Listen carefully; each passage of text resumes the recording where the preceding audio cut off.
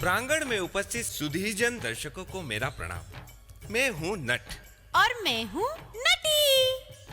आज हम आपको अवगत कराएंगे गढ़ सिवाना के गौरवमय इतिहास से। अरावली की पर्वतमाला में बसे गढ़ सिवाना किले का गौरवमय इतिहास है।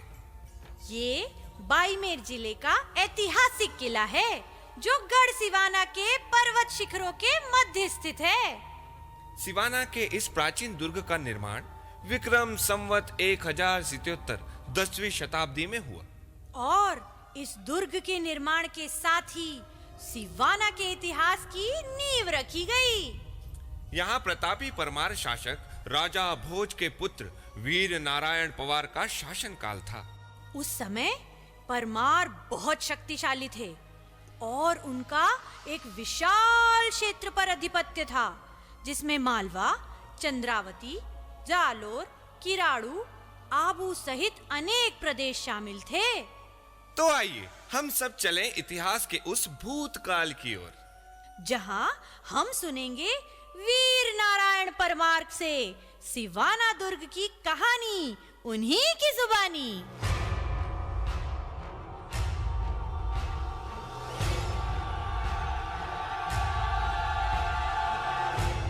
मातृभूमि गौरव, वीर योद्धा, गरीबों के मसीहा, प्रजा वत्सल राजा भोज पवार के पुत्र वीर नारायण पवार पधार रहे हैं।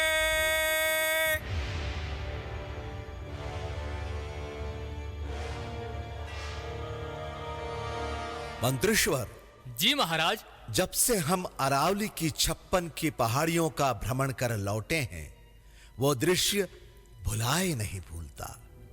वो अरावली की 56 की पहाड़ियों का नयन रम्य दृश्य मेरे मन को आनंदित कर देता है। वो माटी की महक, वहां का वातावरण अपनी ओर खींच रहा है। महाराज, यह तो मनुष्य और प्रकृति का अद्वितीय संबंध है। जहां मनुष्य प्रकृति की गोद में क्रीड़ा हेतु आतुर रहता है, वहीं प्रकृति मनुष्य को अपने पुत्र की भांति उसे पोषित करने हेतु आतुर रहती है। सत्य कहा आपने मंत्रीश्वर। मरुभूमि में वो स्थल स्वर्ण के समान प्रतीत हो रहा है। मेरे मन में बहुत समय से इच्छा है। कहिए राजन।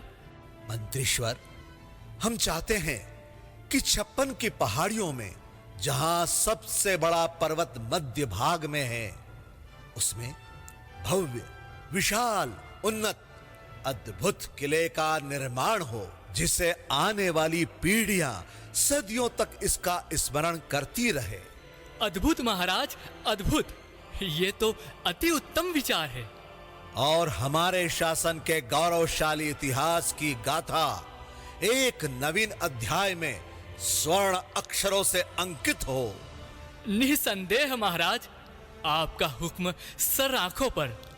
इस आर्यवर्त के बेनमून शिल्पियों द्वारा उनकी उत्तम कला के कौशल एवं श्रेष्ठ सामग्री द्वारा ऐसे किले का निर्माण किया जाएगा जहां परिंदा भी पर न मार सके। अवश्य मंत्री जी। और किले को चारों दिशाओं से मजबूत दीवारों से बांधा जाएगा तथा प्रजा की क्षुधा को शांत करने हेतु इस मरुभूमि में अमृत समान दुर्ग के मध्य भाग के अंदर गहरे कुंड का निर्माण किया जाएगा। आपकी कीर्ति में वृद्धि होगी। ऐसे सुंदर और अद्भुत किले का निर्माण किया जाएगा महाराज। राज ज्योतिषी जी, आप हमें अपने ज्योतिष ज्ञान के आधार पर इस दुर्ग के निर्माण के लिए श्रेष्ठ मुहूर्त प्रदान करें। राजन, आने वाले बृहस्पतिवार को इसका श्रेष्ठ मुहूर्त है। ये समय बहुत ही महत्वपूर्ण है।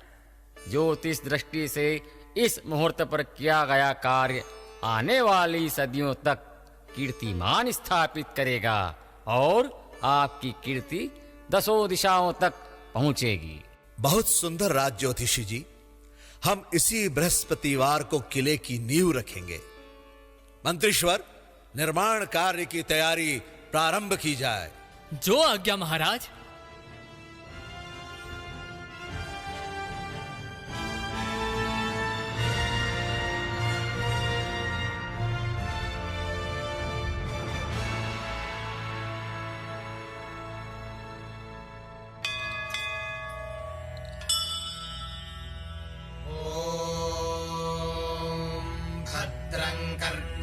शृणुयाम देवाः भद्रं पश्येमाक्षभिर्यजत्राः स्थिरैरङ्गैस्तुष्टुवागुंसस्तनूभिः व्यशेम देवहितं यदायुः स्वस्ति न इन्द्रो वृद्धश्रवाः स्वस्ति नः पूषा विश्ववेदाः स्वस्ति नस्तार्क्ष्यो अरिष्टनेमिः स्वस्ति नो बृहस्पतिर्दधातु ॐ शान्तिः शान्तिः शान्तिः। महाराजा वीर नारायण की जय हो, महाराजा वीर नारायण की जय हो, महाराजा वीर नारायण की जय हो।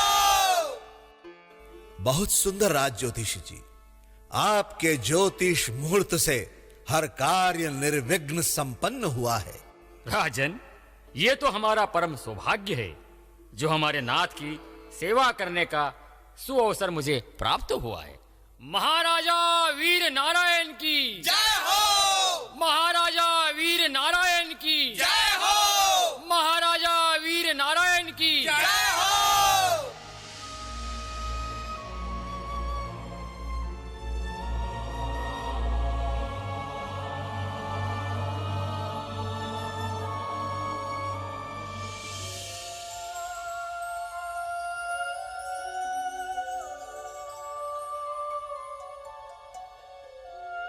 लीजिए महाराज, आपकी सुंदर कल्पना को सार्थक करने का एक छोटा सा प्रयास। बहुत खूब मंत्रीश्वर, बहुत खूब। हाँ, ये तो मेरी कल्पनाओं से भी सुंदर है, अद्भुत, अनुपम, अकल्पनीय दुर्ग का निर्माण आज पूर्ण हुआ है। आज मेरे आनंद की कोई सीमा नहीं। जिन शिल्पियों ने इसे निर्मित किया है, उन सभी शिल्पियों को राज खजाने से 1000 स्वर्ण मुद्राएं उपहार स्वरूप दी जाए। इस दुर्ग में दीवारों के चारों ओर कुंठिया के बहुत वृक्ष हैं, इसलिए मैं इस क्षेत्र का नाम कुमठाना रखता हूं। महाराजा वीर नारायण की जय हो, महाराजा वीर नारायण की जय हो, महाराजा वीर नारायण की जय हो।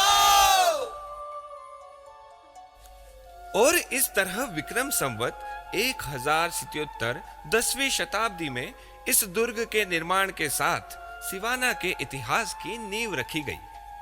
और निसंदेह महाराजा वीर नारायण पवार ने अपने शासन के गौरवशाली इतिहास की गाथा एक नवीन अध्याय में स्वर्ण अक्षरों से अंकित कर दी।